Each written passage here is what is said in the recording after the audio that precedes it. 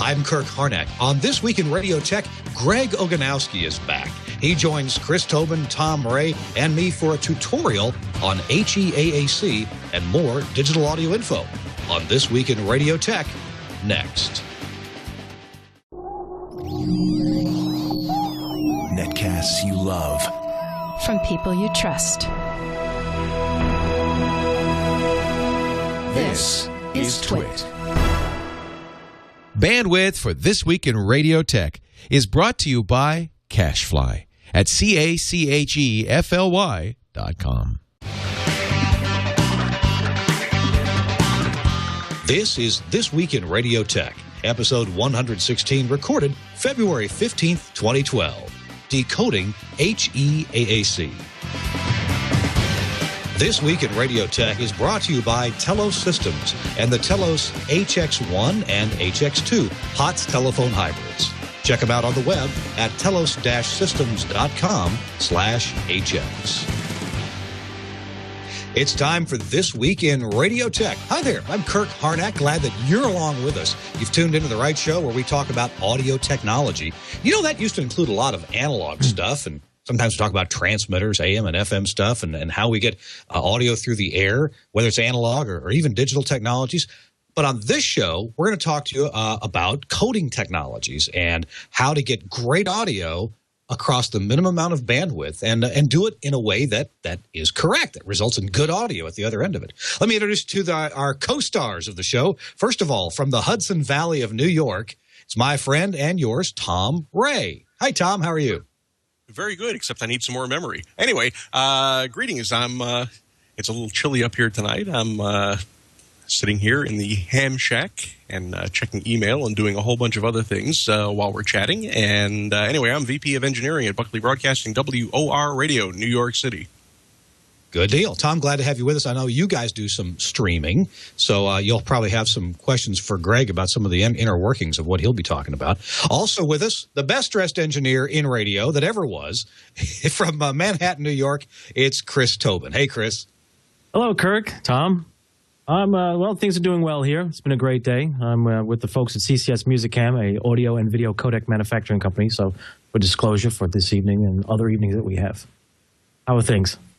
Good. Very well, very well. And I know you're very familiar with some streaming technologies, but I'm always excited to have this guest on our show. And we're not going to go through a bunch of topical stuff because last time it seems like we just didn't have enough time for Greg to teach us all the things he wants to teach us. Greg has been studying, been excited about, and been passionate about audio streaming for years now. I remember, years ago at a podcast convention, I ran into Greg Oganowski, and he showed me some little cell phone, some dinky little cell phone, and he punched a couple buttons and says, listen to this. This is, and Greg, what was it? Was it KFI streaming across the internet? Or I don't remember what it was, but it was impressive, whatever you had. It may have been KFI. I remember running into Leo Laporte at when he was doing a show down here in L.A.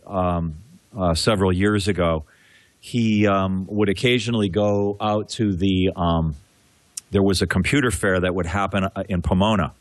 Mm-hmm. And we went out there one day, and this sort of an interesting little story. This is before HD radio had really kicked in yet, and KISS FM had their HD up. It wasn't really public. So I called my friend Terry Grieger over there, and I said, Terry, could you patch KFI's audio into KISS's HD? So then I had a private STL to get hi-fi KFI over here, and I threw that on our streaming encoder, and I went out to the Pomona Fairgrounds and showed Leo Laporte streaming on a little flip phone. And it was back in the day when you didn't need an app. All you did was punched in a URL and away you were going. We showed how to do this back in 2003, and there were no takers.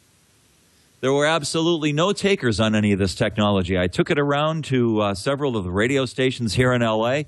Everybody told me it was the greatest thing they'd ever heard, the way it sounded and whatnot. They asked me what I was going to do with it, and I said, well, you know, that's a funny thing. I said, it's not what I'm going to do with it, it's what you're going to do with it. And it's very strange. I mean, the the streaming thing didn't kick in until this device right here, the very device, it's an iPhone, the very device that shipped with no streaming player is the one that kicked it all off. Go figure. Huh. You know, I mean, it might as well have been one of these, if anybody remembers one of these. Oh my goodness! That's a What is classic. this? This is the Panasonic Tootaloop. It's a hoop inside a loop. I actually have the original commercial for this. It'd be fun to play it, but we probably don't have time for that. Now, So, in any regard, I'm sorry. Go ahead. Is that Wi-Fi? How does that thing work? Well, this uses one of those things called a loop stick. I didn't say lipstick. A loop stick. Does anybody remember what a loop stick is? Tom, I know you do. Oh, it's a great way to make an AM antenna in a little tiny space. Look at here. Look at here, right here on your dial. Wow, not even with FM. I love it. See that? Yeah, no, it's AM only. And Wow. if you notice here, I've got, in memory of the Big 8, we've got it right there on CKLW. 2020 news. My goodness. There you go. Yeah. Well, that had to be from the early 70s. This thing was early 70s. Yes, indeed. Yeah. Yeah, it was very. Yeah. It was very strange. I had heard the commercial on an old CKLW air chuck, and then I got involved with an archival project. It's something that I sometimes do when I have to make some free time to go do something that's fun for a change. But a friend of mine, his name is Ron Hicklin, and just in case anybody doesn't know who Ron Hicklin is. Ron Hicklin of the famed Ron Hicklin Singers. And you probably still don't know who he is because he never got credits on any of the music or any of the songs or any of the jingles that these people ever did. But if you had a great big agency and you were doing big agency work for small companies like McDonald's or Panasonic or Yamaha or Suzuki, you called Ron Hicklin. And he was your guy. The Ron Hicklin Singers were also the singers behind such great acts as the Partridge Family. They did all that stuff along with the Wrecking Crew. But Ron never archived any of that stuff, and we recently did a huge digitization project for him. And there's let me just pull something up here on my phone real quick because I think everybody probably remembers this. Let me try to make this quick. Let's see. It's got to be in here. No, it's not. Hey, I just want to interrupt for a second. Hey, folks on the who are listening or watching, we know that there's a little audio problem from Greg Oganowski, and it has to do entirely with Skype. When Skype pops into its HD mode, it adds this bit of noise to the mic he's using, and we troubleshot this for a good 20 minutes before the show, and all we were able to come up with is that whenever Greg's in HD mode, and no control over that, Skype does it automatically, HD, SD, just depending on which way the wind blows or the bandwidth available, but in HD mode, his mic makes that bit of noise, and we don't know why. Yeah, and I do notice that I did just manage to pop into HD here, so I'm sure that noise has shown up. I apologize for that. But we can thank the fine developers at Skype for traditionally releasing software before its time. Apparently, software developers think software should be like bad wine, always release before its time. I can't find that Panasonic commercial, I don't think. Yeah, so whatever. But I was also going to, if anybody remembers Kawasaki Lets the Good Times Roll, that was all Ron Hicklin's work. And, sure. When I went, long story short, we really got off track here. But for some trivia here, back to the streaming. I was going back into some of the archives, and lo and behold, I found the original commercial for this damn thing that I had when I worked at W4 many years ago. I don't know, for whatever reason, I threw the thing in there, and if anybody wants it, I'd be more than happy to give it to you. It's kind of cool. Trip down memory lane. So, well, cool. In any regard, enough of the past, I guess. We're sort of moving forward, and Greg, it seems like last show we actually spent a good amount of time going through some history and getting up toward where we are now. Why don't we kind of start at where we are now, or wherever you'd like to, if you got a story to tell, but where we are now and where stations or anybody who produces content that wants to stream, where they ought to be. What considerations do they need to have in mind when they're wanting to figure out their streaming strategy, and what codec and bit rates and providers, and how they want to get listeners to hear them in the most friction-free kind of way? For whatever reason, Kirk, your video has disappeared from me. I see myself here because apparently the video switcher just moved over to me, but for some reason or another, you had disappeared, and I'm looking at a bit meter, and I didn't see any traffic on the inbound, but it looks like it's working now, so I just thought I would alert anyone to that potential problem. That was actually intentional. I see what's coming and going because I've got a bit meter both ways running. In any regard, could you restate that question? Because I really got distracted by the fact that I thought we were just going to get By the way, bumped. the chat room has postulated that the interesting mic sound whenever you go into HD could be caused by some USB bandwidth contention if both the mic and the camera end up operating through the same USB port. Any thoughts about that? That is entirely possible. But there's not a whole lot. There's nothing I can do about that. They're both connected directly to the computer, and they should be on the same root hub. Gotcha. Yeah, well, listen, it's acceptable at my end. I can understand what you're saying just fine. So why don't we just carry on? Yeah, the only other option would be to go to the echoey Logitech microphone. No. Okay. We heard that. I heard that already before the show. Let's not do that. Okay. So, all right. Let's talk about codecs and strategy, and what have you discovered in the workshop where you've been working there? Okay. Well, in terms of being able to deliver content to the mobile devices today, you really only have one choice to get good quality with high efficiency, and it is that high efficiency HE-AAC. That we've been an evangelist for ever since about 2002 when we brought it to the internet. As you probably know, for a very, very brief moment in time here, I'll give some brief history. Back in 1998, I started to do some research on the streaming, and the audio codecs were fairly dismal to choose from. There was MP3.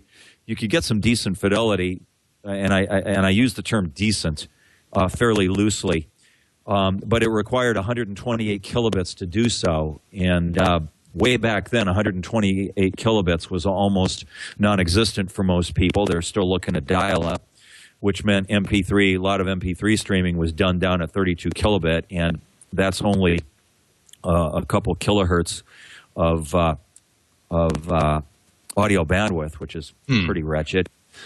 So I began to go codec shopping. Windows Media was no good. The Real Audio codec was no good. So I ran across this company in Germany, Coding Technologies.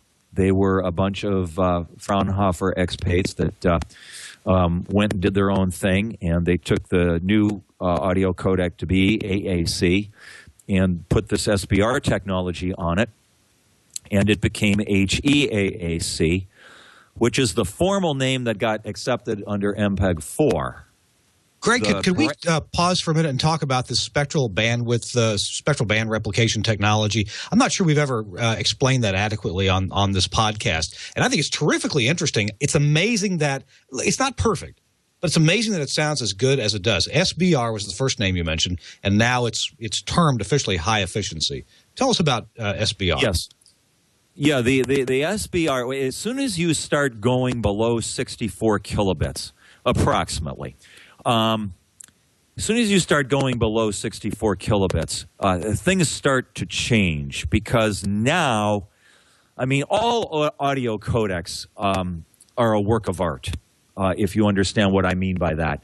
An audio codec is not something that you can design strictly from a textbook. It's very much like an audio processor. It's the perfect marriage between science and art.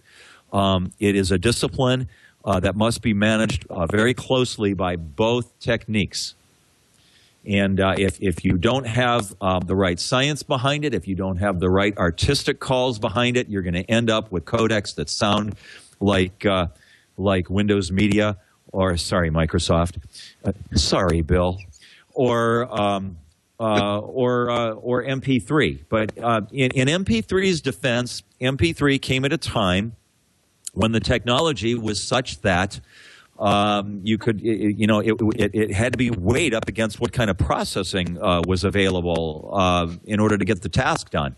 By comparison to AAC, it is a less sophisticated algorithm. It has less tools. It analyzes the audio in a much less sophisticated means. Mm-hmm. Now, as I mentioned, as soon as you go below 64 kilobits, the world changes, and you have to start thinking a little bit differently. In that the codec becomes even more artistic, and you've got to throw different kinds of tools at this thing, because to do an audio transparent codec below 64 kilobits with today's technology, the way we know things is just simply not going to happen. There are not enough bits. It's not going to happen. So you've got to throw some very interesting new concealment techniques at this whole game. And one of those concealment techniques is what they call spectral band replication, SBR. And that is the heart of the high-efficiency HE-AAC, or AAC+. AAC+ was actually the brand name for Coding Technologies codec. It's analogous to Kleenex versus tissue. Yeah. So when you hear somebody talk about HE-AAC, you can assume it's exactly the same thing as AAC+.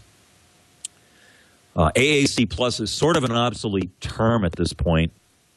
We're sort of jumping around a little bit here, but just to fill everyone in.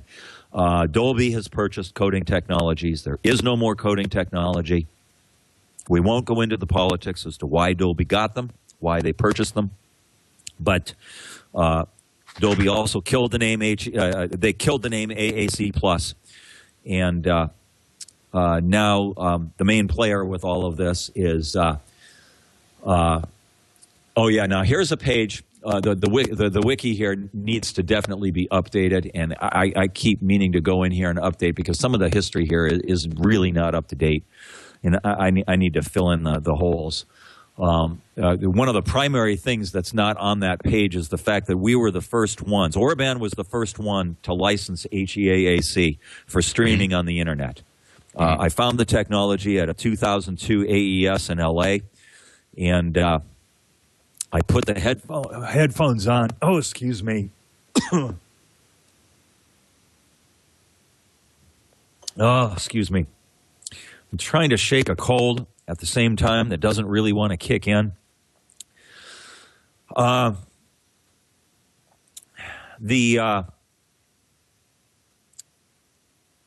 Yes, you heard this at AES in 2000. I lost my train of thought there for a second. second. AES in 2002, you found this technology from Coding Technologies, where they were adding this SBR onto AAC. But tell us what that meant.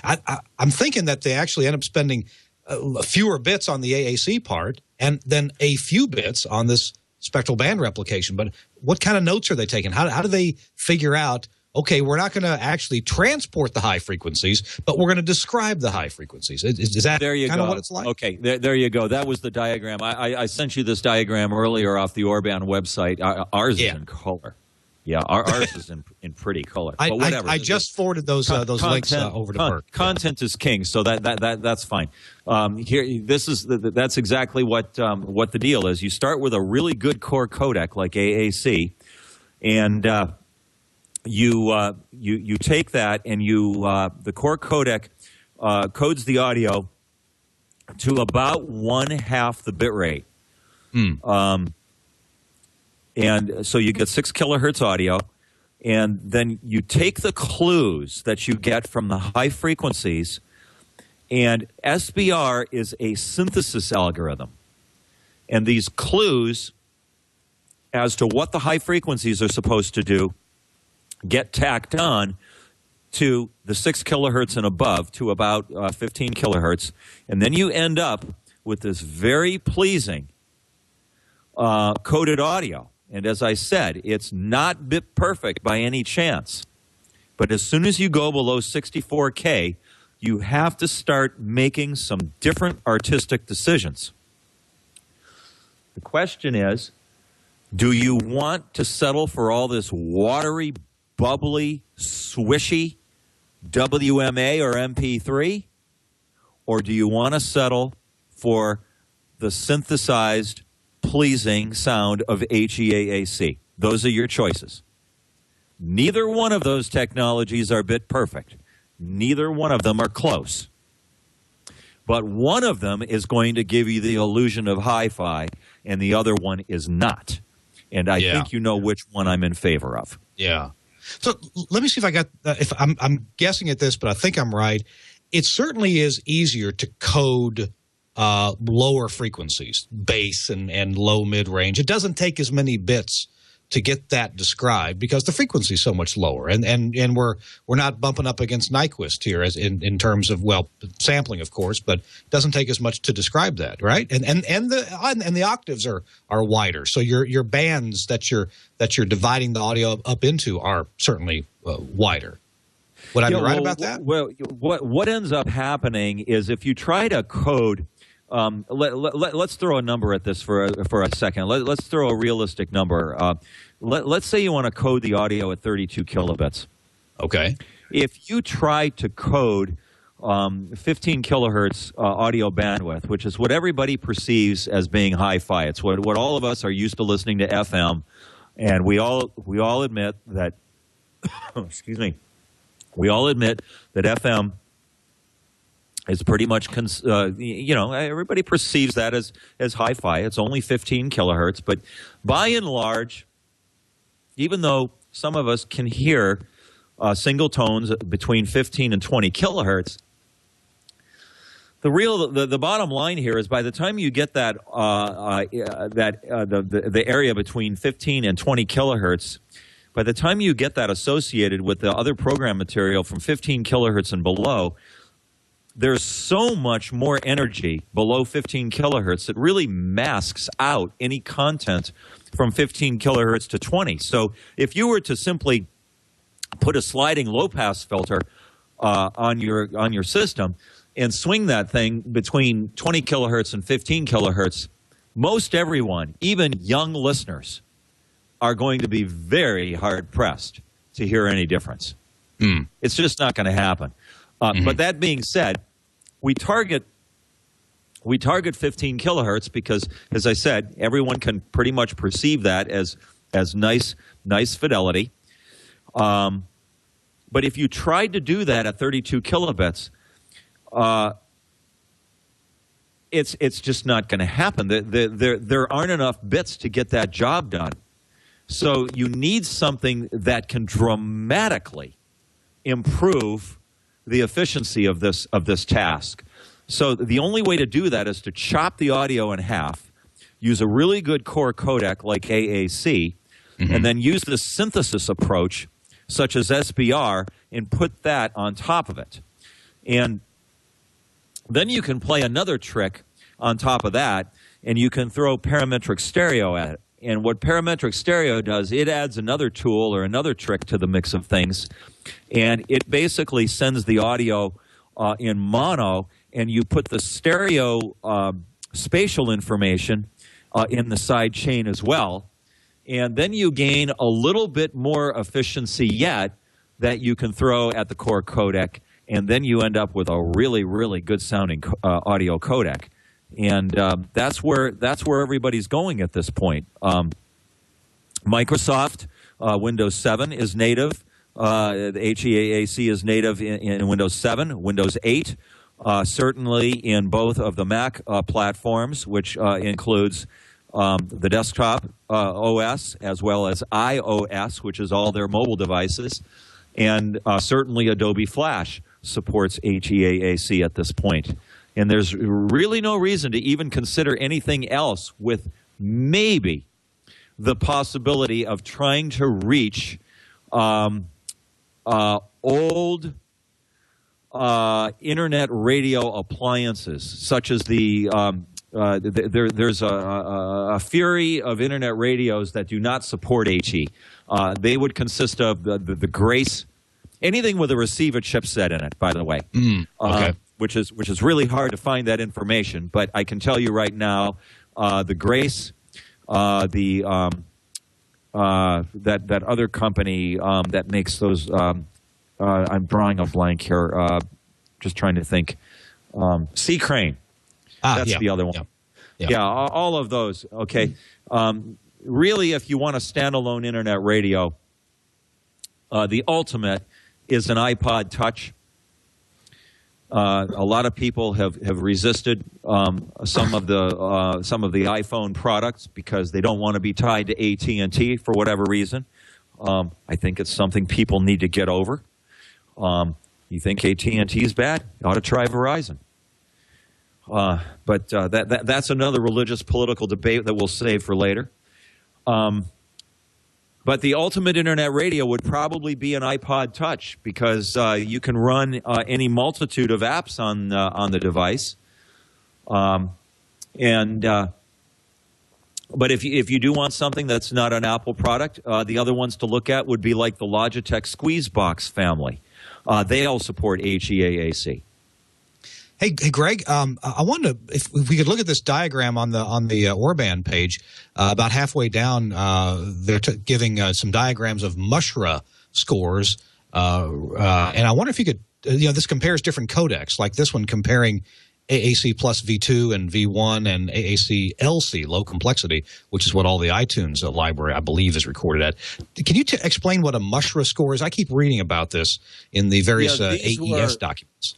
These were tests that were done by the MPEG standards committees, something that Microsoft really came under fire for not participating in.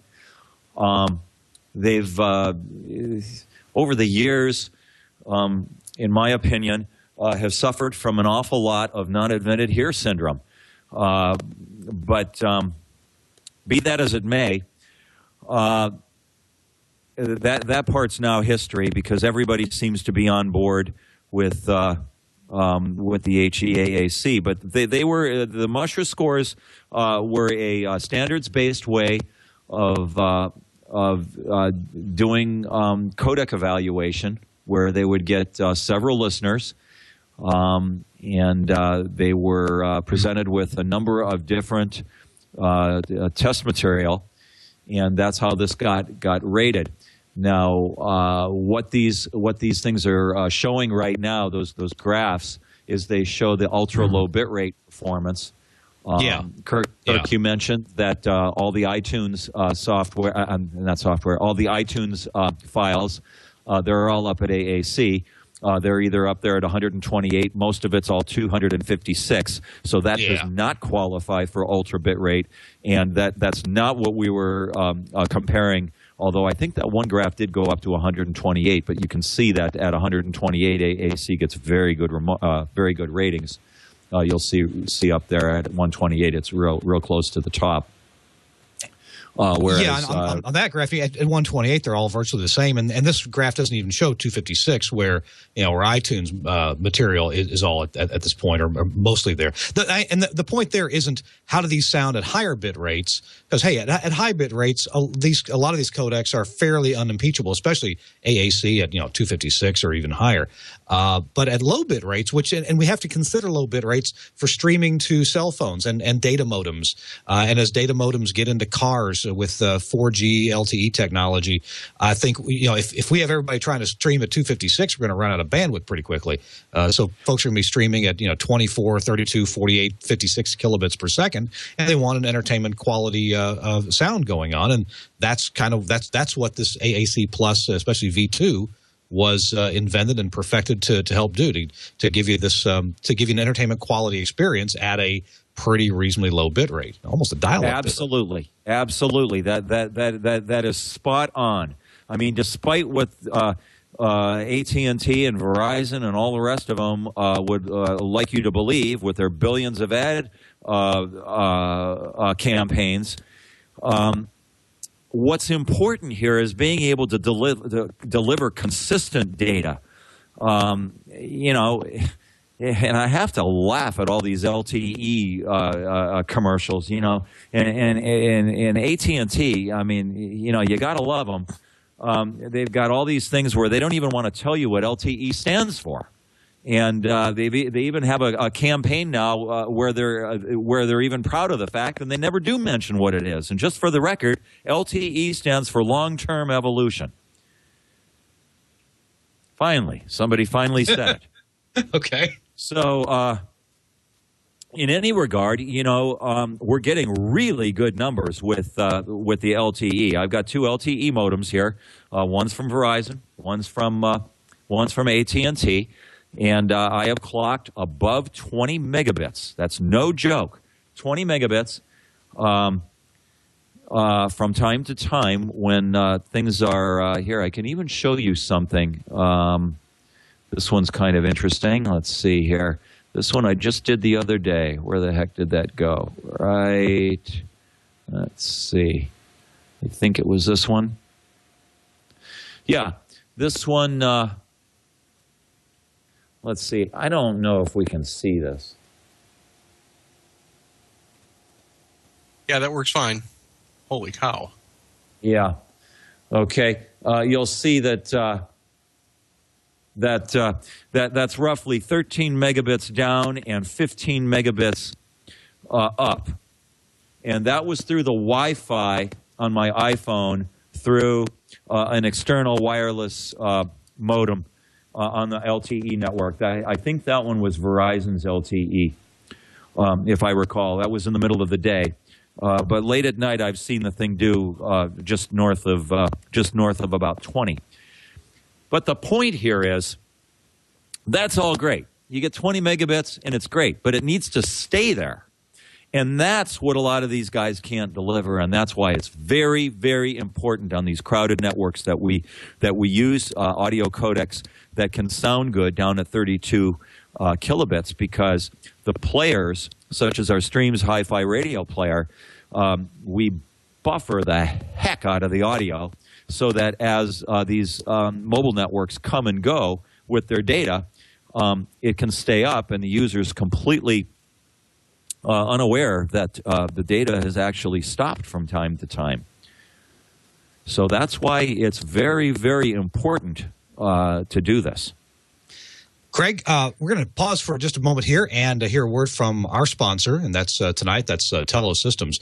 And when we come back, Tom and Chris are going to pose some questions about coding, about the technology, and you're also going to tell us about there are right ways and wrong ways, apparently, to build a decoder. And apparently, there's a lot of wrong ones out there. So you're going to tell us about that.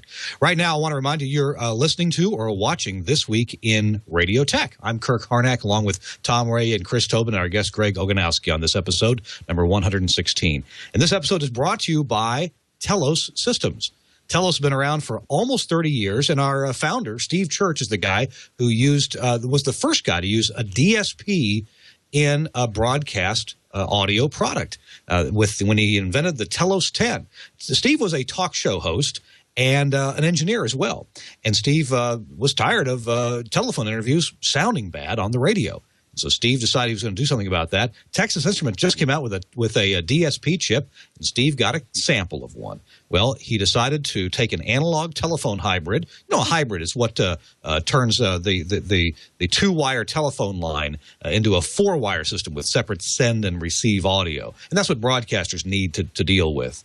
So he took this DSP chip, wrote some code with a friend of his, and was able to enhance the operation of the old analog hybrid quite well. Now we have Telos telephone hybrids all around the world, tens of thousands of them, maybe close to 100,000 of them on radio stations and talk shows and just all over the place, even in conference rooms and conference centers.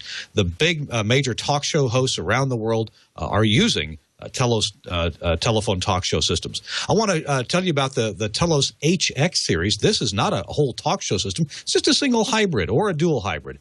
The Telos HX1 and HX2. There you go. If you go to the website, telos-systems.com/HX, you'll see these hybrids. These are the replacements for the venerable Telos 1 and Telos 1 Plus 1. We actually don't make those anymore. These are the replacements. They actually cost less than the originals do, than the Telos 1 and the 1 Plus 1, and they perform better than those did. Now, these hook up to an ordinary POTS, plain old telephone service phone line. And by the way, I was just at a gentleman's home today. He's a new podcaster. He does a podcast about leadership. His name is Michael Hyatt. Maybe you follow him on Twitter. Maybe you'd like to know about him. But Michael Hyatt needed a way to connect telephone lines to his podcasting equipment. It's got a modest setup, but it works great for him.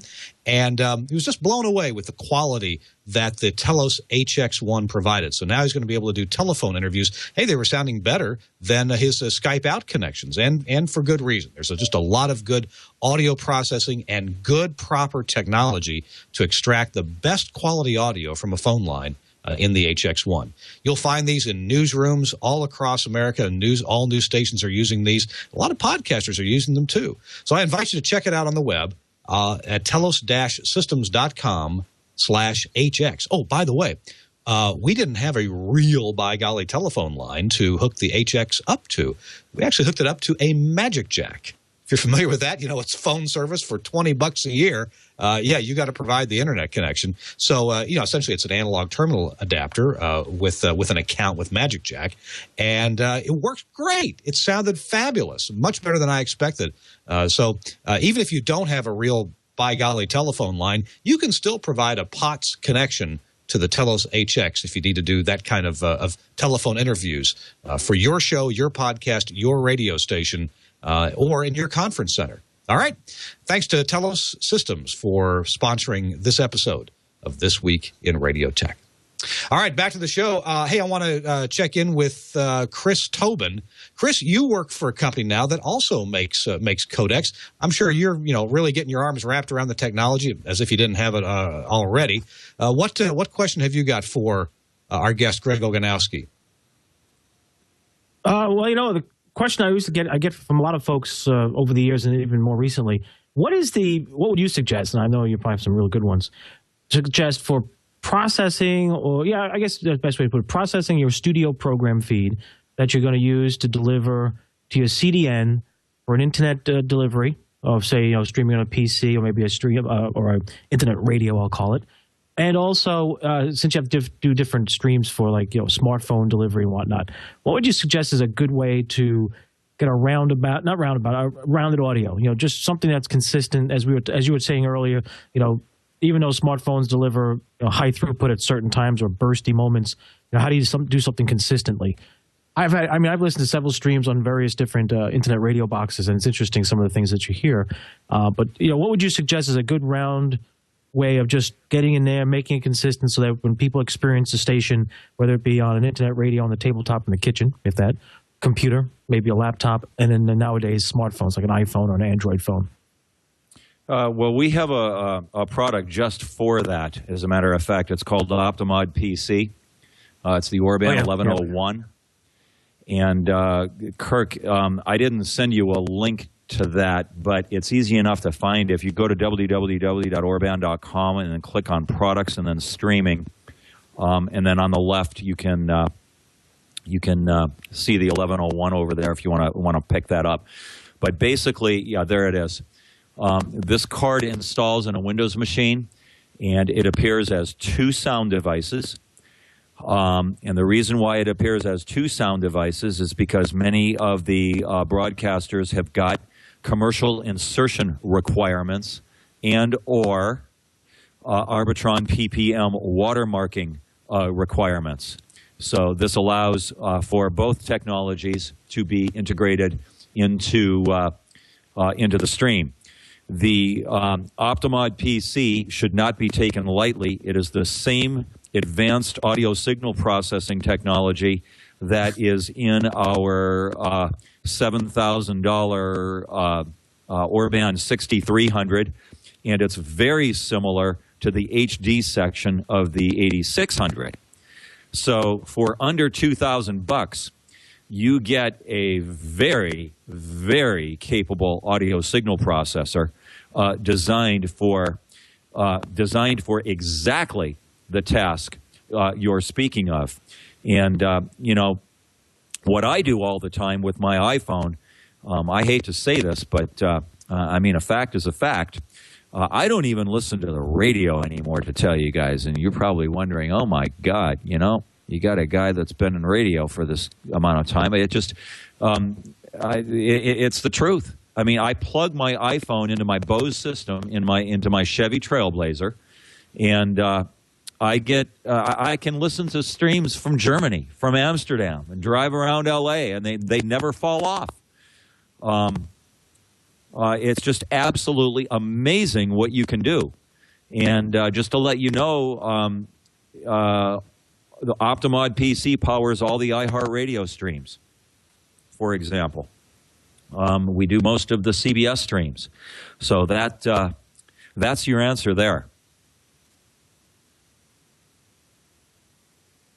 Oh, excellent. Yes, I've used the Optimod PC, the PC card. It does work very well. It is very powerful. And you're right. You can go in the right direction or you can go in the wrong direction.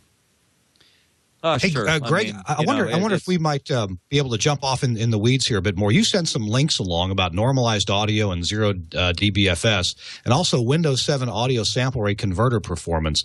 Would you like to talk about either of these issues? And I'll get the link over to Burke so he can bring it up while you're talking about it. I sent those. I sent those to you, Kirk. I figured if we had time, we could touch on those. But there's some topics that I'm currently working on right now.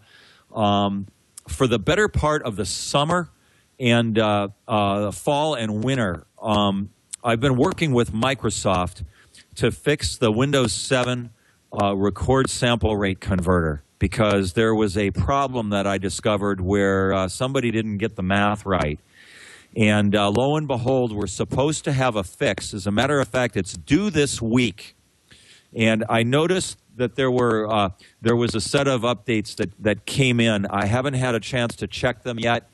But what are we looking at here? What are these sweeps of different diagonal lines? Okay, some of the later what ones these are, this is basically DC to Nyquist. Yeah. And what you want to see is the ultimate sample rate converter will be nothing but a line. If there's anything else on that picture other than that diagonal line, there's a problem. So the first ones look really good.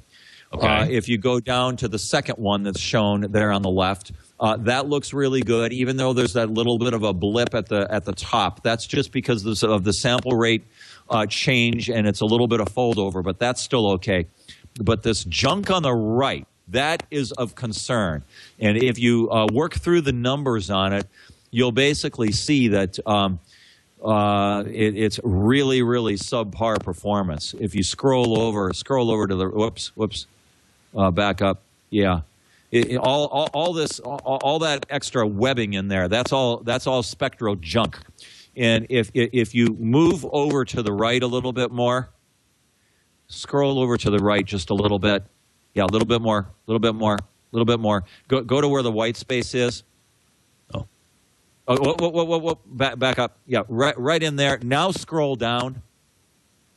scroll down, and there will be some Spectrum photos that should show up. Okay, here we go. There. Okay, there we go. This is what a lot of radio people would be used to seeing. This is shown in a different domain, and you can see what a mess this is. I mean, ideally, there should be no garbage on either side of the fundamental. That's a single tone, correct? Yeah, the original is single tone, so this is the result of bad sample rate conversion. Yeah, this is the result of the Windows 7 record sample rate converter. And then if you, I've got the, they had sent me fixed software fairly early on, and it's all tested and posted in there. You guys can go to that link. It's at www.indexcom.com/tech. And then if you just click on the appropriate thing at that lovely little page, they're sort of like some closed circuit projects that I have up that I'm continually adding topics there. Okay, moving right along. Then there's another thing that comes up, and it's 0 dBFS accumulation, 0 dBFS plus. And this is another little problem that many don't understand. What can happen with 0 dBFS plus? If we could go down to the first graph on that page, scroll down a little bit. So this looks like a simple sine wave, right? Okay, now here is the ultimate problem frequency. It's 1/4 the sample rate, in this case 11.025 kilohertz. And what happens here, if you construct this, you'll see the blue dots are the sample points. Mm-hmm. Now, if you take this waveform and normalize it to 1, absolutely nothing will happen because it's already at 1. Yeah. Now, if we go down, scroll down to the next, yeah, right there. Okay. Now, there's nothing that says that waveform needed to start at 0 degrees.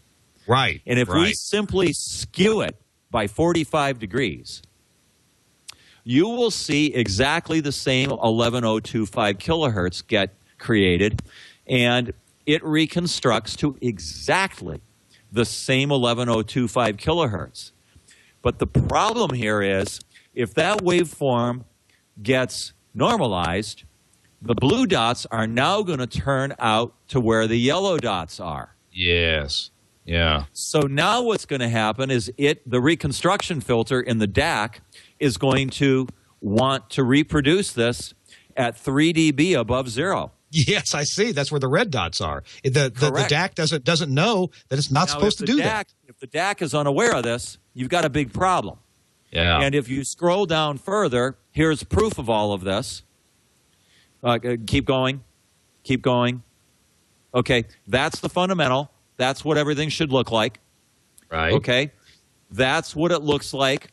That's the 45-degree version. Looks good. Now let's normalize the 45-degree version, and that's what it looks like coming out of one of these.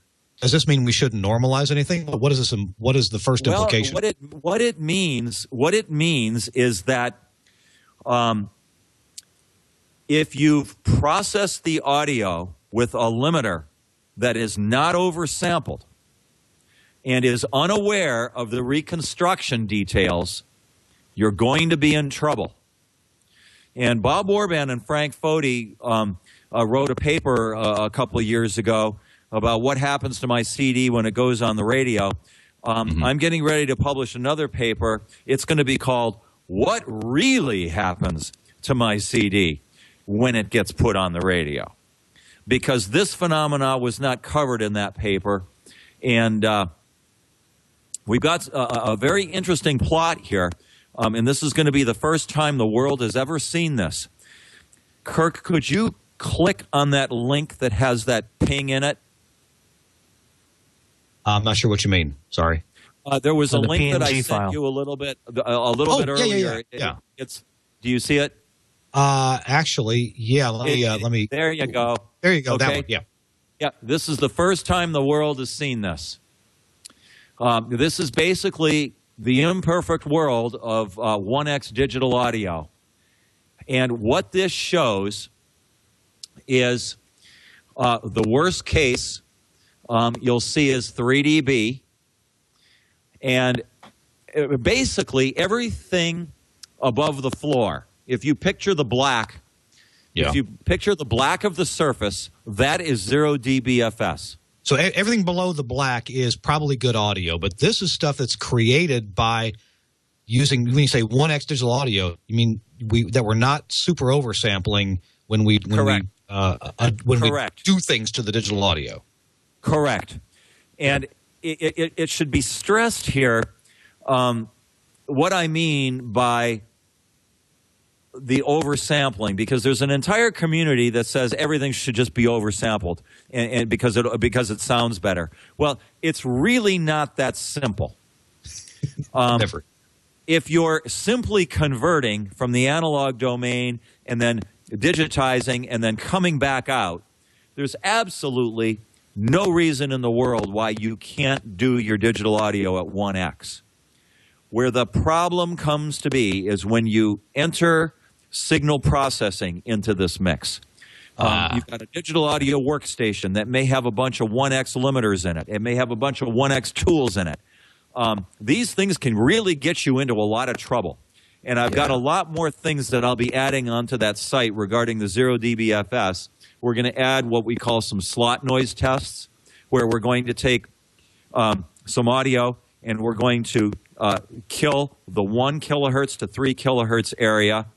And what you end up with at that point is the spectrum that has absolutely no content between 1 kilohertz and 3 kilohertz. And if you pass that through the perfect bit perfect system, then you will see that the audio always remains uncontaminated. And if you pass that through any of these other systems, you will see the spectrum will just build up and up and up and up until everything gets just really crummy. And it's very indicative of what happens to people that are improperly processing their audio to get mastered to CD, which sort of leads me to the root of why I bring this up. Both Orban and Omnia are taxed today with having to put all of these horribly produced CDs on the radio or on net streams and be able to make them sound good. But the problem has been that these things have been so grossly overprocessed before they even see the input terminals of either an Optimod or an Omnia that they're almost irreparable. Yeah, I remember. Would that come primarily from just the processing, Greg, or that's used on the CD, or is that more with the sample rate, or is it a combination of the above, or it's a combination. It's a combination of both. Yes. Greg, as I recall, certainly Omnia processes, and I believe Orban too. Now they're doing a lot of things to the audio, but both have really highly oversampled systems in them.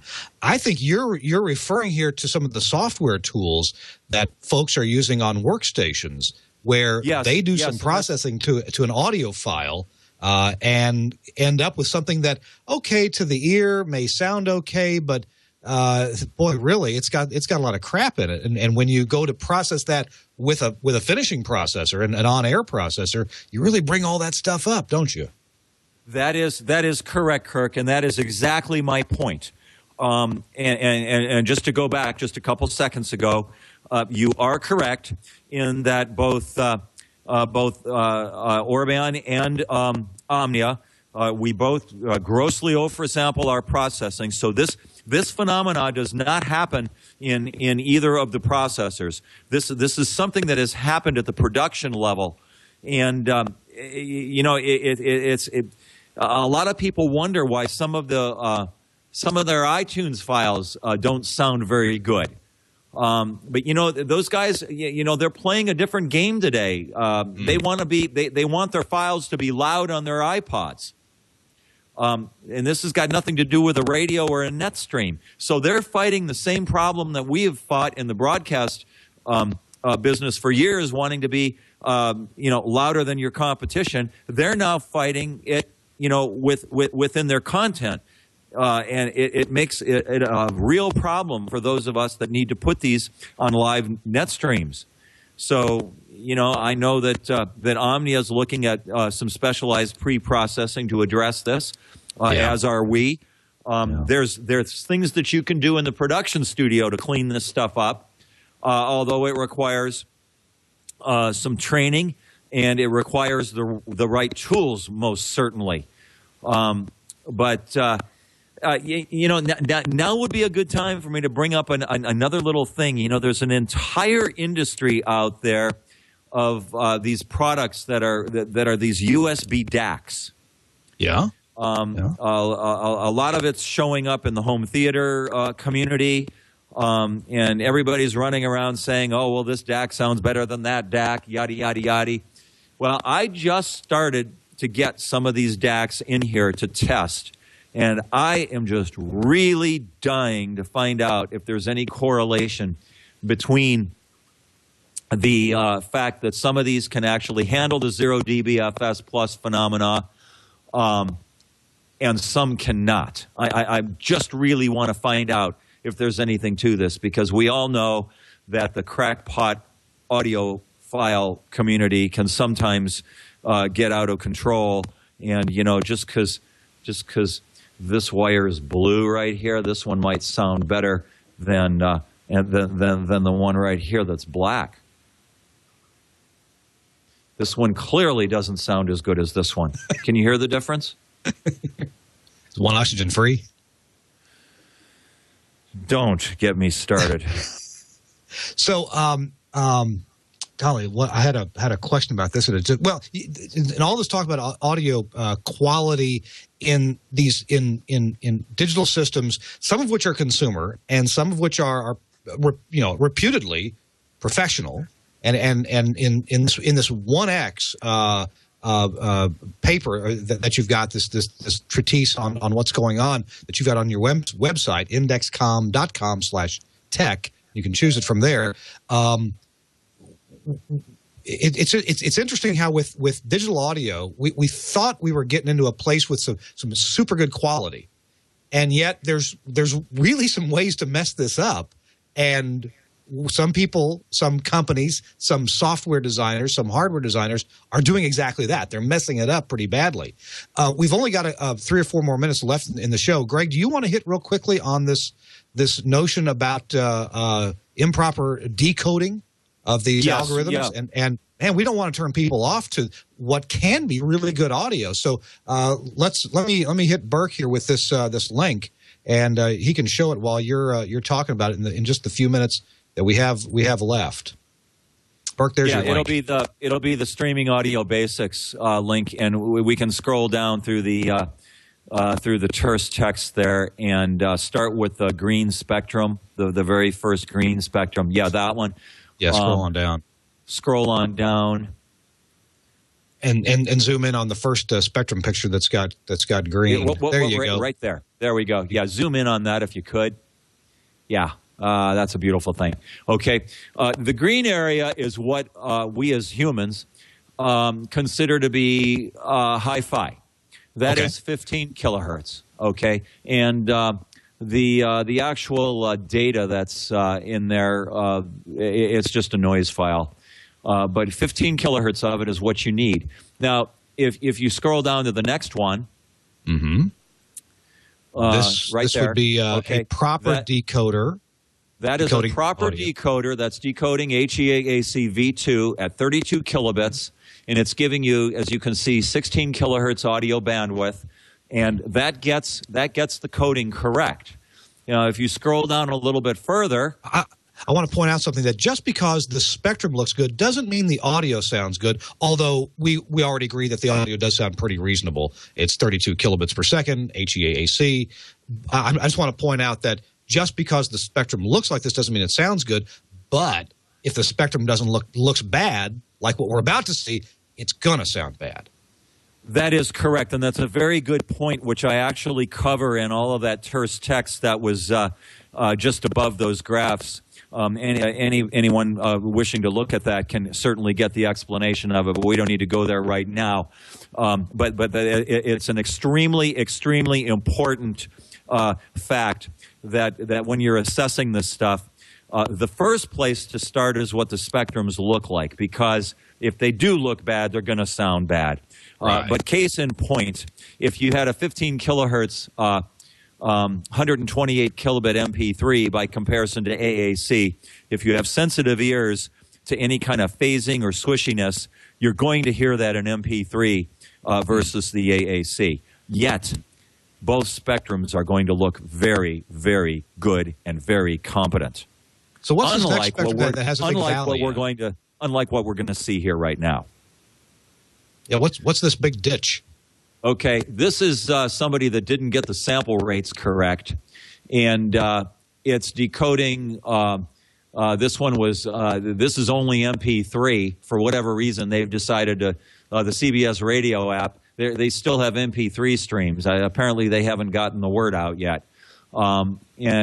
This is what the spectrum looks like coming out of the CBS iPhone player. Now this is not the iPhone player's fault. This is the sample rate, not the bit rate, but the sample rate on the encoder. Yes. Okay.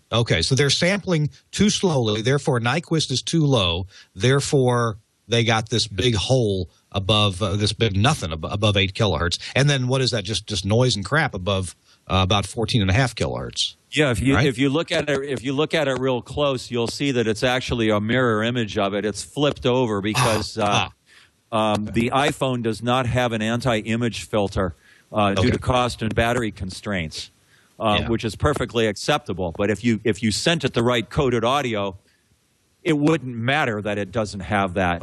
As you can see by the Streams app, that is all encoded and decoded correctly. Now here, if you go down to the next slide, you'll see there, the next plot, you'll see that they attempted to get it fixed, but they're not decoding the HE-AAC correctly for reasons I'm not exactly sure how they got this wrong. But it's obviously not right. It's only 10 kilohertz audio, and then there's a great big hole on there, and then it mirror images back around again. You know, I think there's some instruments in typical bands that play between 10 and 12 kilohertz that I don't care for much anyway, so this might not be that bad. Hey, what's a couple kilohertz among friends? Yeah, right. Okay, all right. So we're not sure what made that happen. It's not mathematically relatable to stuff that we're instantly talking about here, is it? No, it looks like it's at the wrong sample rate for whatever reason. I'm not sure what happened there. Okay, let's look at the next plot. We'll beat up on Clear Channel here for a moment. Yeah, this one. This is the iHeartRadio streams. They only top out at 64K. I'm sorry, at 12 kilohertz, but it costs them 64K to deliver that because they're only delivering them as AAC only. And I think the reason that this happened was because the app developer that they chose didn't know how to deal with HE-AAC. So this is what they have. And once again, who wants to listen to this? Well, it's not horrible, but it does stop at 12 kilohertz. But it's not horrible, but I mean, these are people that are trying to set the standards on all of this, and we brought the technology. I mean, I feel personally offended. I brought this technology to everybody to have and to hold and to enjoy, and as the father of this child, these IT guys and computer programmers that don't seem to understand digital audio that are playing in this field, as far as I'm concerned, they should all go home and just get involved in a different line of work. So scrolling farther down here, we have the Peak Radio app from Liquid Compass. Let's see. What's wrong with this one? It's not horrible, is it? Oh, it's mono. It's not stereo. That one looks good. Yeah, some of these... although that thing is mono for whatever reason. Yeah. Okay. Yeah. So what that means is it wasn't decoding parametric stereo correctly. All right. Let's look at this next one. It lops off at what? 6.5 kilohertz. Woo. Yeah. Wow. And of course it's mono. Well, it's on an iPhone. So do you need more than 6.5 kilohertz? It's a phone, right? if you plug it into your into a big system, you certainly do. Yeah, yeah. Oh my goodness. Okay. Yeah.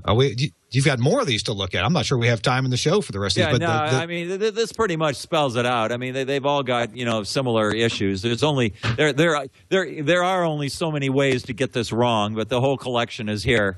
I just really wish developers would get their stuff together. The bottom one with the colors there, that just shows how beautiful that's various single tones through the iPhone sound subsys, and you can see the thing has a very nice flat frequency response. It's a beautiful you iPhone music fanboy, look at this. Yeah, it's a beautiful music player. Those are all separate tones that were run separately. It's not spectrum contamination. Right, not spectrum contamination. Yeah, those are supposed to be they're just all separate tones that were run to show the frequency response. Now, the products that are there, they're down very, very low, like under 98 dB or thereabouts. Oh, yeah, that's why I say it's a beautiful music player. They did a great job on it. It's too bad the DAC can't handle 0 dBFS, but hey, you can't have everything. Okay. Well, and just to be clear, those aren't spurs. Those are tones that look essentially like they coming out like they did going in. Pretty close. Correct.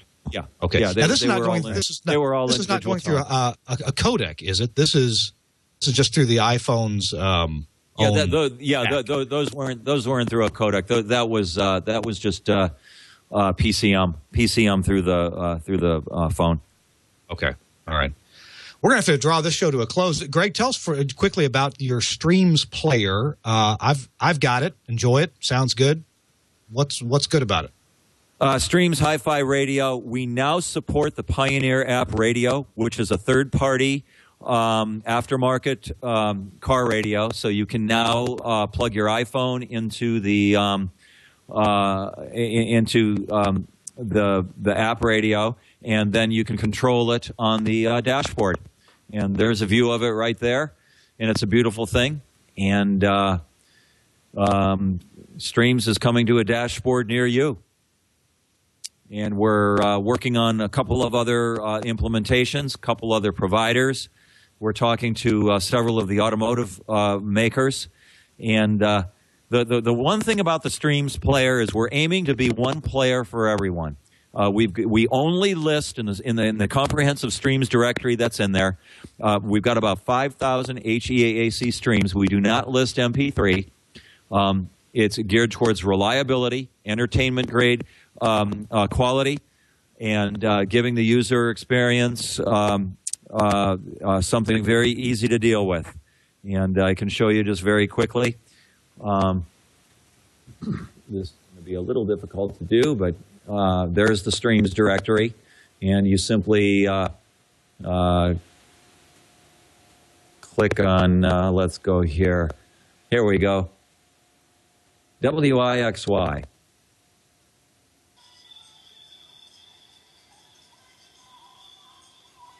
Okay, and it's a little hard to see because of the glare. Yeah, I can't kill the glare, but it's got album art. Everything's standards based. To get in the directory, you simply go to our website and ask to be listed if you're not already listed. There's nothing proprietary about it. The one thing that we aim is that this is really about the listener, and I think a lot of content providers need to understand this today. It's about the listener. It's not about the content provider. Yes, we as broadcasters are here to make money. There's no question about that. We have to stay alive. We have to be able to fund the content delivery. So, of course, there's a business there. But if you give the user something that the users want to come back for, then the content provider gets to take care of themselves. And what Streams aims to be is like an AM and an FM radio, whereby you can hear all AM stations on an AM radio. You can hear, the AM radio. Yeah. You can hear all AM stations over there on this thing. You can hear FM stations on an FM radio. And you should be able to hear all IP radio stations on one player, not having to download this player for that station, this player for that station, and then before you know it, you've got 50 players taking up all this room, and then the daunting task of remembering which app plays what station. Yeah. Now, hold on just a moment, but everybody who's in charge of that concept, have you actually given this any thought? Obviously not. Yeah, I know. So with that, has nothing to do with the content. I think we may have brought our program to the end of our broadcast day. We may have. Greg, I want to thank you for being our guest here. And as usual, you've got a lot to say, a lot of great technical work, too, at your website. And if you want to see that, folks, indexcom.com. You want to dive deep into the stuff that Greg was talking about in the show. It's indexcom.com/tech. There's a few generic-looking links there, but they're to things like his 0dBFS Plus, which on its face doesn't make any sense, but you'll see what he's talking about. The AAC article and the Windows Audio SRC article as well. Hey, I got to pass it around real quick. Chris Tobin, you have any last comments or questions for Greg before we got to skittle out of here? No, questions that would just prolong our exit. But I will say that I totally agree with Greg about the single-player platform. And oddly enough, for many years, a friend of mine and I have talked about this and have been befuddled by the content providers, I'll call them. You can call them broadcasters if you like. And how nobody wants to go in the direction of just a common platform and just say, okay, just pick and choose and run with it. And I was told on many occasions by executives of far greater intelligence than I that you understand it has nothing to do with the content. It has to do with the advertiser's needs. And this is why we have to have different platforms. And it's more distribution, and we can do more with it. And so far, I would agree with you, Greg, that nothing really has come of it except for more overburdened abilities to distribute content that in some cases is excellent, but just getting lost in the mix. And others that just, well, like you said, IT programmers shouldn't be allowed to get away with murder, as they are, and broadcasters are not doing anything to rein them in. So I'm not sure what's going to be the future, but it's going to be interesting. Yeah, well, you know, a lot of this stuff falls under the category. I'll try to wrap this up real quick. Just because we can do something doesn't mean we should. And one of the other things to really, yeah, one of the things to remember here is that even though the way we can deliver content today is changing, and that's probably a good thing. I'm all for change. I don't have a problem with that. There is one thing about all this that has not changed. And content providers need to think very, very long and hard about this. It's actually not really long and hard about it at all when you get right down to it. Because the fact remains, the way radio is consumed today, that part has not changed. Yes, it may not be on an AM radio. It may not be on an FM radio. It may very well be on a mobile device. But the fact is, radio is always consumed while doing something else. My point is banner ads. Now, even though the Streams Hi-Fi app has the ability to show ads in the display, you know where this device is most of the time when people are listening to it? It's in your pocket. So go ahead, ask yourself, how much of a service are you doing your clients when you're selling them something that people don't even see? I think people need to really remember that for 75 years, the ad model for radio has been oral. And the sooner that streaming audio goes back to that model, the more profitable that's going to be all the way around. So many times I've heard people tell me in these radio stations, well, we can't sell the internet. We can't sell the internet. You know what? Try harder.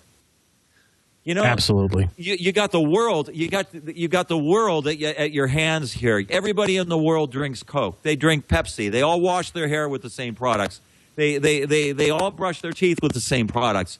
You know, it's the same but different, and that's where the money is, and that's what we need to exploit. We don't need to exploit banner ads and start trying to sell things that don't work.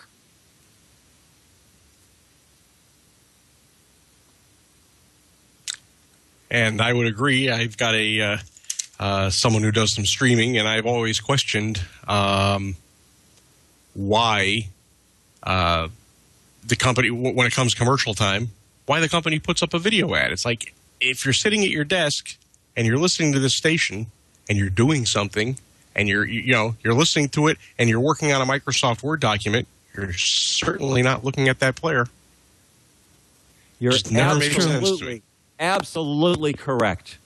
Yeah. And you know, I cannot agree with you more. I mean, you know, people are at work to do their job. The person whom you're trying to reach is currently unavailable. Oh my! Well, I will say that I worked with a programmer who, for a spoken word format, I'll call it, because that's the buzz phrase these days. For over 10 years, had a very successful run, #1 station for all news. And when we started streaming and introducing commercials into the audio stream, we actually mimicked the experience of the radio feed. So if you had an AM tuner, you'd hear the audio and the commercials as they normally would be. The stream followed same suit, but the commercials were tailored for internet. We did not go crazy with banner ads. We did not go crazy with anything else. And it was the most successful application and experience you could have. It was as if you were listening to the radio, but it was actually on your phone or computer, and people actually said that. Then later on, someone decided, no, you got it all wrong. This is not the way to do it, and we're going to go in the direction of what they do now. And I kid you not, the feedback couldn't be more loud, and tar and feathering, if it was legal or possible, people would have done it. And to this day, and you're right, Greg, everyone is like, just because you can do it, they do it. And it's like, no, that's not the way to look at things. And it's just amazing. And the few stations I've heard traveling around the country that do it right by keeping it oral, even though it's a visual medium on some level, seem to be more successful, or I would say the true radio experience on the internet delivery. Absolutely. I cannot agree more with that. I mean, as far as the visual end of it all goes, you know, the album art is nice. I think the only way people would be prone to pull the device out of their pocket or reach for it is if they heard a song, for example, that they wanted to buy. It's nice to be able to have all that information. And in the Streams app, for example, you make a couple of clicks, and you can save the thing to go buy it later, or you can just buy it right there on the spot. You know, half the time, the audio track that's on the video cut that's playing just doesn't make any sense unless you're looking at the video. It's especially if it's a completely instrumental track. It's like, why am I listening to this? It just doesn't make any sense. And you know, there's no thought. There's no thought to it. It's like, come on. Yeah. Yep. Uh-oh. Are we missing Kirk again? Hello. I don't know. Oh, there he is. It's time to wrap up. We'll be right back right after station identification. Unfortunately, we don't have any audio from Kirk. So This has been a presentation of the Mutual Broadcasting System. Or, this program has been brought to you in living color. And Kirk is the one who's there in color. So, since Kirk apparently can't talk to us, is your mic muted, Kirk? No, my mic's not muted. Oh, no, there you go. Now we can hear you. That sounds like the laptop microphone. Yeah, but that's the mic up here. Let's try back to the other mic. How's that? There we go. Audio? Much better. Yes? Yeah. Yes. Back? We're good. Testing. Hello, London? London? You're good. Yep. All right. Everything's under control now. London calling. This show sure is interesting. Great content and plenty of technical problems. And they all seem to center around this software called SKYPE. All right. Now, well, guys, MICRO. Technical difficulties beyond our control. Please Who can't get the audio encoding right in their driver. Tom Ray, thank you for being with us too. I appreciate it. I already said thanks to Chris and to Greg, although you didn't hear me, but I heard it. That's what matters. That's what counts. That's right. There you go. I know it. I know it was right. Hey, we're going to go, and our show is brought to you by Telos, my employer, telos-systems.com, and check out the HX series of telephone hybrids at Telos. We've enjoyed it. We're going to do a quick giveaway, though. I need a number. Greg Oganowski, if you can hear me, I need a random number between 1 and 38. Can you provide such? Oh, how about lucky 7? All right, give me a second. 1. Luckily, it was a low number, not, 36. Okay. 7, huh? Software license to do audio processing and streaming And congratulations to Sean Stapleton. His name is his Twitter handle, @Sean Stapleton from, QLD, Queensland, Australia. All right, Sean, congratulations. Why don't you be in touch with me? Send me a little tweet or a direct message, and here, I'll tell you what, let me click the follow on you. All right, I'm following you, Sean Stapleton, so you can connect to me and give me your contact information. We'll get you the information right out. Congratulations again, Sean Stapleton, winner of an Omnia AXE. Sean won that by retweeting my tweet at the beginning of this show, actually about an hour before the show started, letting you know that Greg Oganowski would be our guest. So we get bigger audience by doing that. We get a lot of retweets, and I sure appreciate that very much. Again, congratulations to Sean. Well, next week, we'll be back with another exciting episode of This Week in Radio Tech. We'll see you next week, folks. Take care. Bye-bye.